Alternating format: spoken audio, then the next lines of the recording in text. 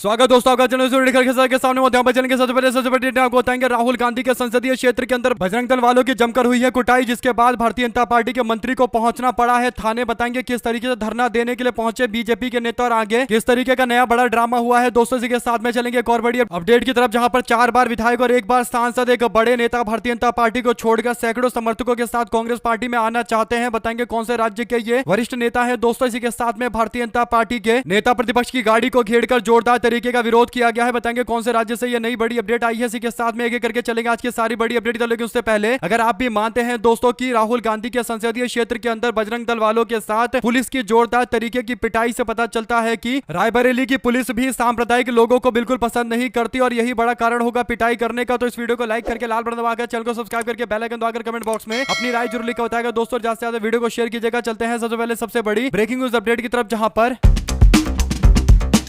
रायबरेली में बजरंग दल के जिला संयोजक विनोद मौर्य पर सलोन कोतवाल पुलिस ने कथित तौर पर मारपीट की है, जिसके बाद विश्व हिंदू परिषद और बजरंग दल के कार्यकर्ताओं ने शहीद चौक पर धरना शुरू कर दिया। दरअसल दोस्तों ये पूरा मामला पशु तस्करी से जुड़े एफआईआर से जुड़ा हुआ है, जिसमें कोतवाली का दावा है कि रायबरेली में बजरंग दल के जिला संयोजक विनोद मौर्य पर पशु तस्करी से जुड़े एफआईआर के मामले में कोतवाली में बयान दर्ज करने के लिए तलब किया गया था, जिसके बाद मारपीट के आरोप लगाए गए। हालांकि दोस्तों विश्व हिंदू परिषद की ओर से बताया जा रहा है कि रात में तकरीबन 1 बजे पुलिस वाले विनोद मौर्य को घर से उठाकर ले जाते हैं और जमकर मारपीट करते हैं। यानी राहुल गांधी के संसदीय क्षेत्र के अंदर बजरंग दल के सबसे बड़े नेता जिला संयोजक विनोद मौर्य की इस तरीके की पिटाई के बाद अब भारतीय जनता पार्टी के योगी सरकार के मंत्री और राहुल गांधी के खिलाफ रायबरेली से चुनाव लड़ने वाले दिनेश प्रताप सिंह धरना देने के लिए थाने पर पहुंच गए और धरना देने लगे और कार्रवाई की मांग करने लगे। हालांकि दोस्तों काफी देर तक धरने पर बैठे रहे और कोई कार्रवाई नहीं हुई। ऐसा लग रहा है कि रायबरेली के अंदर भारतीय जनता पार्टी की सरकार की कोई सुनवाई ही नहीं है। दोस्तों यहाँ के थाने पुलिस वाले भी बीजेपी के खिलाफ काम कर रहे हैं। सोचिए एक मंत्री को थाने पर आकर धरना देना पड़ रहा है। ये मंत्री भारतीय जनता पार्टी के सामने अपने आप को कट्टर भाजपाई दिखाने के लिए, जो पहले कांग्रेस पार्टी में था, नया नया बीजेपी में गए हैं। दोस्तों दिनेश प्रताप सिंह तो अपने आप को बीजेपी का कट्टर नेता दिखाने के लिए राहुल गांधी के खिलाफ उल्टा उल्टा बयान देते रहते हैं और मीटिंग में भी राहुल गांधी से बहस करने की पिछली बार इन्होंने कोशिश की थी और राहुल गांधी को रायबरेली आने से रोकने की भी कोशिश की गई थी। लेकिन इनकी अपनी पार्टी में इतनी नहीं चलती है या फिर अपनी सरकार में इतनी नहीं चलती है। मंत्री होने के बावजूद एक थाने के ऊपर कार्रवाई नहीं करवा पा रहे। इनके टाइम में जमकर बजरंग दल वालों को पुलिस वाले पीट रहे हैं। दोस्तों ये कोई पहला मामला नहीं है, ऐसे कई तरीके के मामले उत्तर प्रदेश से सामने आ रहे हैं। इससे पता चलता है कि कहीं ना कहीं उत्तर प्रदेश के अंदर भारतीय जनता पार्टी के मंत्रियों के भी कंट्रोल से निकल चुका है पुलिस प्रशासन। आप लोग इस पर क्या राय देना चाहते हैं लिखकर जरूर बताएगा। चलते हैं एक और बड़ी अपडेट की तरफ, जहां पर कांग्रेस पार्टी में एक बड़े नेता की वापसी हो रही है। दोस्तों महेंद्रजीत सिंह मालवीय नाम के राजस्थान के पूर्व विधायक, यानी 4 बार विधायक और 1 बार सांसद रहे महेंद्रजीत सिंह कांग्रेस पार्टी में वापसी को लेकर कांग्रेस पार्टी के राष्ट्रीय अध्यक्ष और प्रदेश अध्यक्ष को चिट्ठी लिख रहे हैं। उन्होंने कांग्रेस पार्टी के प्रदेश अध्यक्ष गोविंद सिंह डोटासरा को लेटर लिखकर कहा कि भारतीय जनता पार्टी में मेरा दम घुट रहा है। मैं राजस्थान के अंदर जनता के हित में राजनीति करना चाहता हूँ, सियासत करना चाहता हूँ और बीजेपी में मेरा दम घुट रहा है, तो कृपया करके मुझे कांग्रेस पार्टी में आने दीजिए, कांग्रेस पार्टी के साथ मिलकर काम करने दीजिए। वे कांग्रेस पार्टी के कद्दावर नेता माने जाते रहे हैं और जनवरी 2026 में उन्होंने भारतीय जनता पार्टी से इस्तीफा देकर कांग्रेस पार्टी में आने का फैसला लिया है। दोस्तों हालांकि उनको जब तक पार्टी के आला कमान की ओर से और प्रदेश अध्यक्ष की ओर से हरी झंडी नहीं दी जाएगी तब तक पार्टी में शामिल करना अभी मुश्किल है। लेकिन मालवीय वागड़ क्षेत्र के प्रभावशाली नेता है और 4 बार विधायक, 1 बार सांसद रहे हैं और भारतीय जनता पार्टी में शामिल हुए थे ये बोलकर कि विकास करवाएंगे। लेकिन बाद में पता चला कि बीजेपी में इनकी कोई पूछ नहीं है, कोई भी इनके बारे में सोच विचार भी नहीं कर रहा है। तो अब ये कांग्रेस पार्टी में वापसी करना चाहते हैं। लेकिन क्योंकि लोकसभा चुनाव से पहले फरवरी 2024 में ये कांग्रेस पार्टी छोड़कर गए थे, तो अब कांग्रेस को तय करना पड़ेगा कि इस व्यक्ति को वापस से पार्टी में लेना चाहिए, क्या इसको एक बार फिर मौका देना चाहिए या फिर इसने अपना मौका गवा दिया है, इसके साथ अब जाने का कोई औचित्य नहीं है। ये तय अब पार्टी को करना पड़ेगा। आप लोग इस पर क्या राय देना चाहते हैं लिखकर जरूर बताएगा। ज्यादा से ज्यादा वीडियो को शेयर कीजिएगा। चलते हैं एक और बड़ी अपडेट दोस्तों, जिसमें पश्चिम बंगाल के पश्चिमी मेदिनीपुर के अंदर तृणमूल कांग्रेस के कार्यकर्ताओं ने शनिवार को भारतीय जनता पार्टी के नेता शुभेंदु अधिकारी की गाड़ी का घेराव किया, उनके खिलाफ नारेबाजी की है। घटना का वीडियो भी सामने आया है। शुभेंदु अधिकारी ने सोशल मीडिया एक्स पर पोस्ट किया है। दोस्तों शुभेंदु अधिकारी ने तृणमूल कांग्रेस के कार्यकर्ताओं पर हमला करने का आरोप लगाया। शुभेंदु अधिकारी ने कहा कि मैं शनिवार को रात तकरीबन 8:20 बजे के आसपास पुरुलिया से लौट रहा था। इस दौरान पश्चिम मेदिनीपुर जिले के चंद्रकोना रोड इलाके के अंदर टीएमसी कार्यकर्ताओं ने मुझ पर हमला कर दिया। उन्होंने हमलावरों को सत्ताधारी दल के संरक्षण में काम करने वाले लोग बताते हुए चंद्रकोना पुलिस स्टेशन के अंदर धरने पर बैठ गए और शुभेंदु अधिकारी ने हमले के समय पुलिस मौके पर मौजूद थी लेकिन कोई कार्रवाई नहीं की, इस तरीके के आरोप लगाए हैं। शुभेंदु अधिकारी भारतीय जनता पार्टी के लीडर ओपोजिशन है पश्चिम बंगाल के अंदर दोस्तों। ऐसे में ये जो उन्होंने बोला है कि उनकी गाड़ी के ऊपर अटैक किया गया, इससे एक बात स्पष्ट हो गई है कि पश्चिम बंगाल के अंदर अब तृणमूल कांग्रेस और भारतीय जनता पार्टी के अंदर मामला काफी ज्यादा आगे बढ़ चुका है। यहां तक कि आपस में एक दूसरे के खिलाफ जमकर हिंसा फैला रहे हैं, मारपीट चल रही है और तमाम कोशिशें चल रही है जिससे एक दूसरे को परेशान किया जाए। अगर आप भी मानते हैं कि पश्चिम बंगाल में आने वाले दिनों के अंदर और ज्यादा सिर्फ टब्बल देखने को मिलेगा और इस तरीके का बवाल लगातार जारी रहेगा तो अपनी राय जरूर लिखकर बताएगा। शुभेंदु अधिकारी कहते हैं कि टीएमसी जनता के बढ़ते गुस्से का सामना नहीं कर पा रही है, इसलिए हिंसा और दबाव की राजनीति कर रही है। राज्य में कानून की व्यवस्था को सही करना राज्य सरकार के अधिकार क्षेत्र में है। इसके बावजूद तृणमूल कांग्रेस की सरकार के दौरान पूरी तरीके से कानून व्यवस्था ठप हो चुकी है और इस पर कोई भी कार्रवाई, कोई भी एक्शन नहीं हो रहा है। आप लोग क्या प्रतिक्रिया देना चाहते हैं लिखकर जरूर बताएगा। ज्यादा से ज्यादा वीडियो को शेयर कीजिएगा ताकि पूरी अपडेट आप लोग तो लगातार आगे भी इसी तरीके से पहुंचती रहे। दोस्तों चलते हैं एक और बिग न्यूज अपडेट की तरफ, जिसमें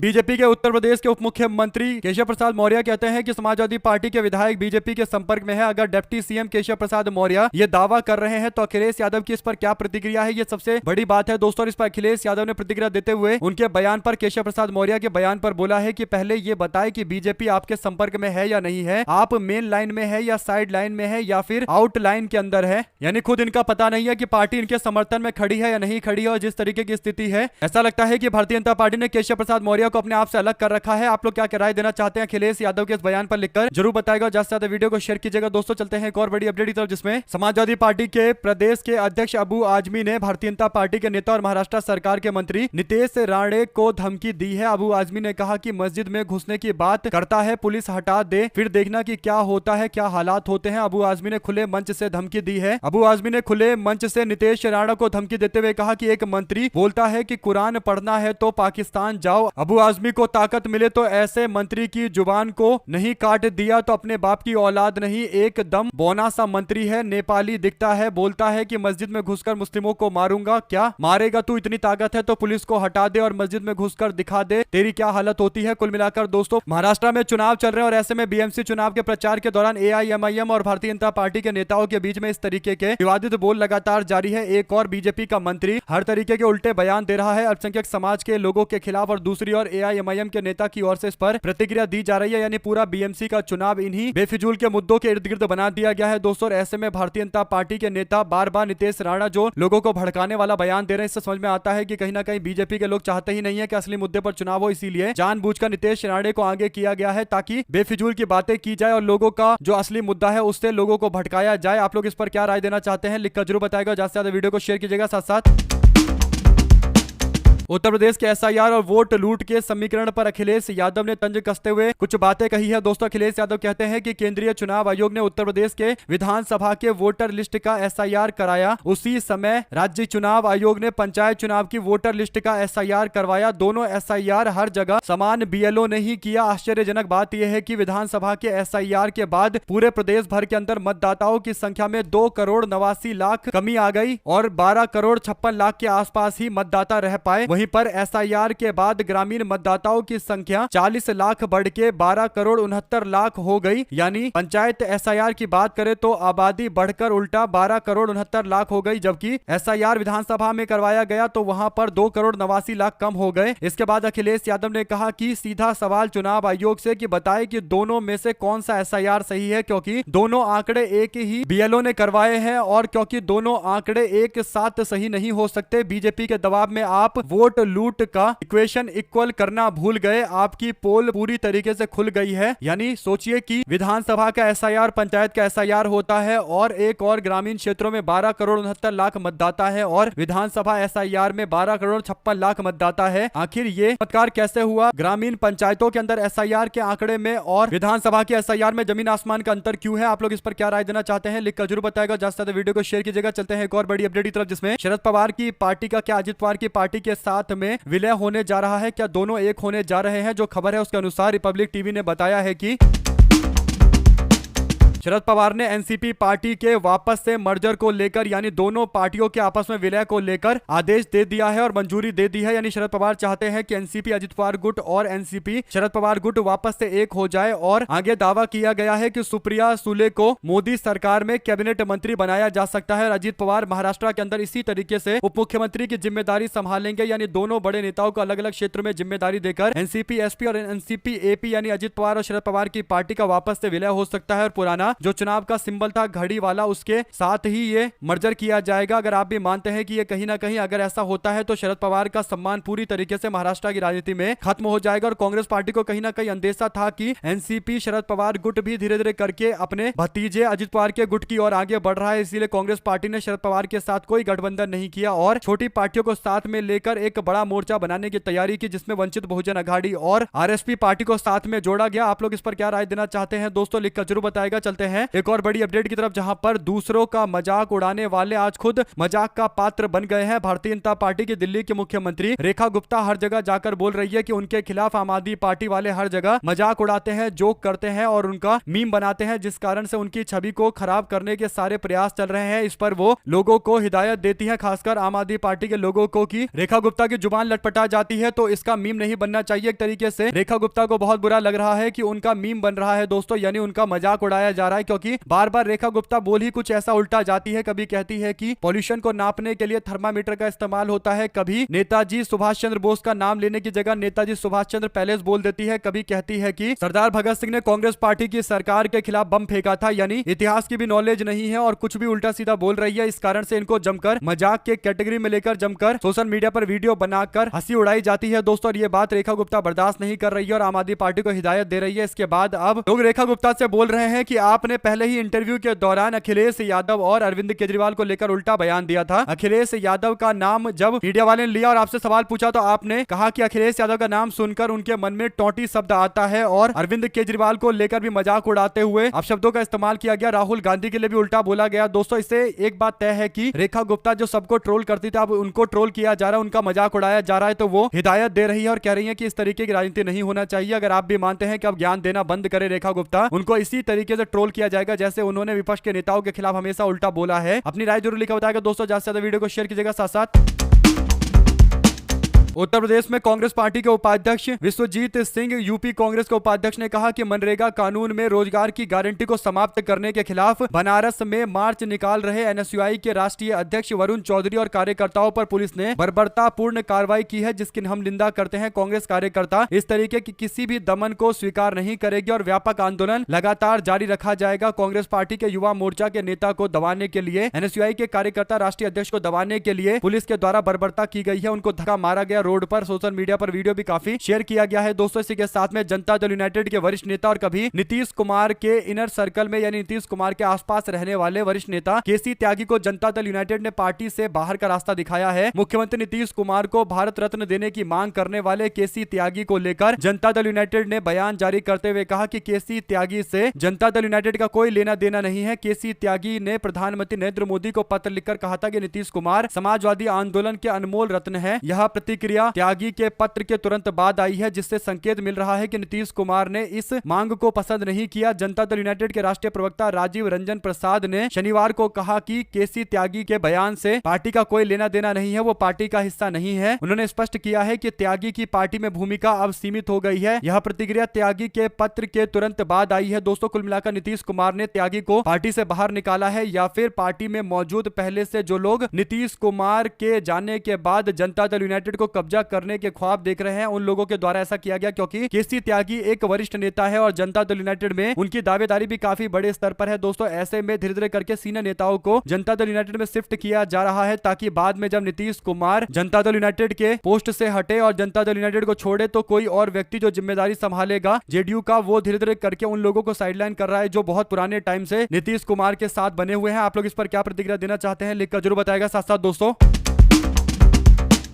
यूपी कांग्रेस 12 जनवरी यानी आज से राष्ट्रीय महासचिव प्रियंका गांधी के जन्मदिन पर प्रदेश के सभी मंडलों और प्रेस वार्ता आयोजित करके 100 दिनों के कार्य योजना की घोषणा करेगी। फैजाबाद मंडल के अंदर प्रेस वार्ता करने के लिए निर्मल खत्री जो पूर्व सांसद है वो मौजूद रहेंगे। झांसी मंडल के ब्रजलाल खाबरी जो पूर्व सांसद है वो मौजूद रहेंगे। बरेली मंडल से राकेश राठौर जो संसद के सदस्य हैं वो मौजूद रहेंगे। और चित्रकूट मंडल में 2 जनों को जिम्मेदारी दी गई है। एक है प्रदीप जैन आदित्य जो पूर्व सांसद है और अनुग्रह नारायण सिंह जो पूर्व विधायक है उनको जिम्मेदारी। गोरखपुर मंडल के अंदर 2 जनों की जिम्मेदारी है। एक अजय कुमार लल्लू जो पूर्व अध्यक्ष उत्तर प्रदेश कांग्रेस कमेटी है और दूसरे जफर अली नकवी को मैदान में उतारा जा रहा है। अलीगढ़ मंडल के अंदर राशिद अलवी जो पूर्व केंद्रीय मंत्री और विदित चौधरी जो सचिव अखिल भारतीय कांग्रेस कमेटी के हैं उनको जिम्मेदारी दी गई है। इसी तरीके से आजमगढ़ के अंदर वीरेंद्र चौधरी विधायक को जिम्मेदारी है और आगरा मंडल के अंदर विवेक बंसल पूर्व एमएलसी पूर्व सचिव कांग्रेस कमेटी को जिम्मेदारी दी गई है। और मेरठ मंडल के अंदर राजीव शुक्ला संसद के सदस्य उनको जिम्मेदारी दी गई है। ऐसे में कांग्रेस पार्टी की ओर से अलग अलग क्षेत्रों के लोगों को लेकर अलग अलग जिम्मेदारी दी गई है। सांसद और पूर्व सांसदों पर और विधायकों पर ज्यादा जिम्मेदारी है दोस्तों। ऐसे में 2026 में कांग्रेस पार्टी ये बड़ा कार्यक्रम लॉन्च करने जा रही है, यानी कांग्रेस पार्टी का संविधान संवाद शुरू होने जा रहा है और प्रेस कॉन्फ्रेंस के माध्यम से इस संवाद को आगे बढ़ाया जाएगा। आप लोग क्या राय देना चाहते हैं लिखकर जरूर बताएगा। उत्तर प्रदेश के अंदर कांग्रेस पार्टी की जो 100 दिनों की कार्य योजना है जिसकी शुरुआत आज से हो रही है, इस पर क्या प्रतिक्रिया है। चलते हैं एक और बड़ी अपडेट की तरफ जिसमें शिवसेना यूबीटी के नेता और राज्यसभा के सांसद संजय राउत ने दावा किया है कि ठाकरे परिवार आज भी 10 मिनट में मुंबई बंद करा सकता है। ठाकरे परिवार को महाराष्ट्र की राजनीति से कभी मिटाया नहीं जा सकता। उन्होंने रविवार को मीडिया से बात करते हुए कहा कि ठाकरे परिवार महाराष्ट्र के सबसे ताकतवर परिवारों में से एक है। चुनाव में हार मिलने के बाद भी ठाकरे परिवार की पकड़ राज्य की राजनीति पर बिल्कुल बनी हुई है और अपनी ताकत उनकी अभी भी जारी है और ताकत कभी खत्म नहीं होगी। महाराष्ट्र में देवेंद्र फडणवीस ने संजय राउत के बयान को खोखली धमकी बताते हुए कहा कि जब बाल ठाकरे जीवित थे तब ऐसा संभव था, लेकिन अब वो ताकत उनकी नहीं रही है। शिवसेना यूबीटी प्रमुख उद्धव ठाकरे और भाई राज ठाकरे मुंबई के अंदर शिवाजी पार्क में जनसभा करने के लिए पहुंचे। ऐसे में देवेंद्र फडणवीस ने कहा कि अब दोनों साथ में इसलिए आए हैं क्योंकि इनको कुर्सी बचानी है, इनको अपनी राजनीति बचानी है और इसीलिए ये दोनों साथ में आए हैं। इससे पहले एक दूसरे के खिलाफ बोला करते थे। राउत ने कहा कि बीएमसी चुनाव में ठाकरे गुट का मेयर बनेगा, ये बात पूरी तरीके से तय है। भारतीय जनता पार्टी और ठाकरे ब्रदर्स के बीच में ये सीधा मुकाबला चल रहा है। अब देखना यह है कि क्या मराठी वोटर्स अपने पुराने नेता यानी ठाकरे ब्रदर्स के साथ में आकर खड़े होते हैं या फिर शिंदे के साथ चले जाएंगे। और साथ में भारतीय जनता पार्टी के भी कुछ मराठी नेता ज्यादातर वोट इकट्ठा करेंगे, ये भी एक बड़ा सवाल है दोस्तों। कुल मिलाकर 15 तारीख को इलेक्शन होंगे यानी वोट डाले जाएंगे और 16 तारीख को नतीजे घोषित कर दिए जाएंगे। और बीएमसी का चुनाव महाराष्ट्र की राजनीति के लिए एक तरीके से मराठी राजनीति के लिए ठाकरे परिवार की राजनीति के लिए आर्या पार वाली राजनीति है। अगर बीएमसी पर ठाकरे परिवार का कंट्रोल नहीं हुआ तो धीरे धीरे करके ठाकरे परिवार जो थोड़ा बहुत बचा कुचा उनकी राजनीति है वो भी पूरी तरीके से समाप्ति की ओर चली जाएगी। आप लोग की क्या राय है दोस्तों लिखकर जरूर बताएगा। चलते हैं एक और अपडेट की तरफ जिसमें